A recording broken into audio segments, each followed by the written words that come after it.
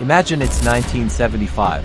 You're standing in the middle of a snow-capped mountain. You're used to seeing skiers racing down at 60 miles per hour, battling the wind and gravity. But suddenly, you see something impossible. A man on skis dancing. He isn't racing. He's performing spins, flips, and graceful leg crosses to the rhythm of classical music. He's using his poles as pivots, floating in the air like a ballerina on ice. This was ski ballet. To a modern viewer, might look like a joke, but back then, it was the next big thing in winter sports. It was supposed to be the future of the Olympics, but then, it vanished.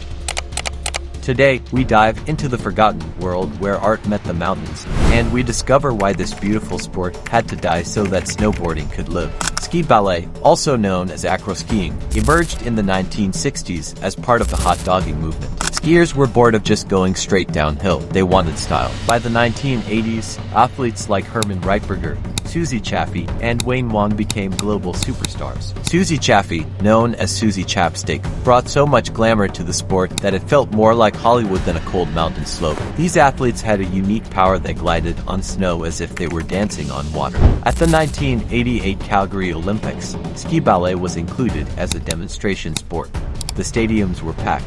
Major sponsors like Coca-Cola and Ford were pouring money into it. Everyone was asking, will it become a permanent Olympic event? At that time, the answer felt like a definite yes. Their most dangerous move was the pole flip. It looked like art, but it was a gamble with gravity. The athlete planted both poles deep into the snow, leaning their entire weight upon them, before launching into a full 360-degree flip. For a heartbeat, they hung suspended air, silence, and risk colliding. The crowd gasped, knowing one misstep meant disaster. Shattered wrists, twisted ankles, pain written in bone. Yet beneath the elegance of dance, this was a stunt demanding perfection. It was grace hiding danger, beauty masking brutality, a performance balanced on the razor's edge of triumph and ruin. But the downfall began with a single question: is it a sport or a circus? The International Olympic Committee, IOC, has always been traditional. They didn't like the glittery suits, the makeup, or the soft music. Meanwhile, the other branches of freestyle skiing, moguls and aerials, were winning the race. They were about speed and clear-cut points, but ballet was subjective.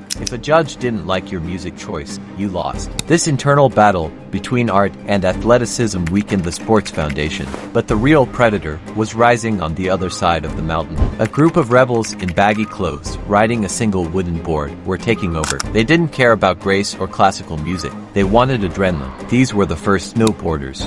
1992 was the last chance for ski ballet. At the Albertville Olympics, it was showcased once more, but the atmosphere had changed. The crowd was cold. The cool factor was gone. The judges suddenly made the rules so strict and technical that the art was sucked out of the performance. Athletes became mechanical. The result: the IOC officially rejected ski ballet from the permanent Olympic program. Overnight, the sponsors vanished. TV networks canceled their contracts. Athletes who were superstars yesterday had no platform today. By the year 2000, the last professional ski ballet competition was held. The music stopped. The art died. Did ski ballet really fail? If you look closely at today's slopestyle skiing or half-pipe snowboarding, you see the same spins, the same twists, and the same flips that the ballet pioneers invented. Ski ballet had to die so that snowboarding could have a place. For a new, more extreme and cool sport to live, the old art had to be sacrificed. Today, every time we see a skier flip in the air, we are seeing the ghost of the snow dancers who once performed in neon suits. Ski ballet isn't truly gone, it's just evolved. It lives on in the soul of every freestyle athlete who dares to turn a mountain into a stage.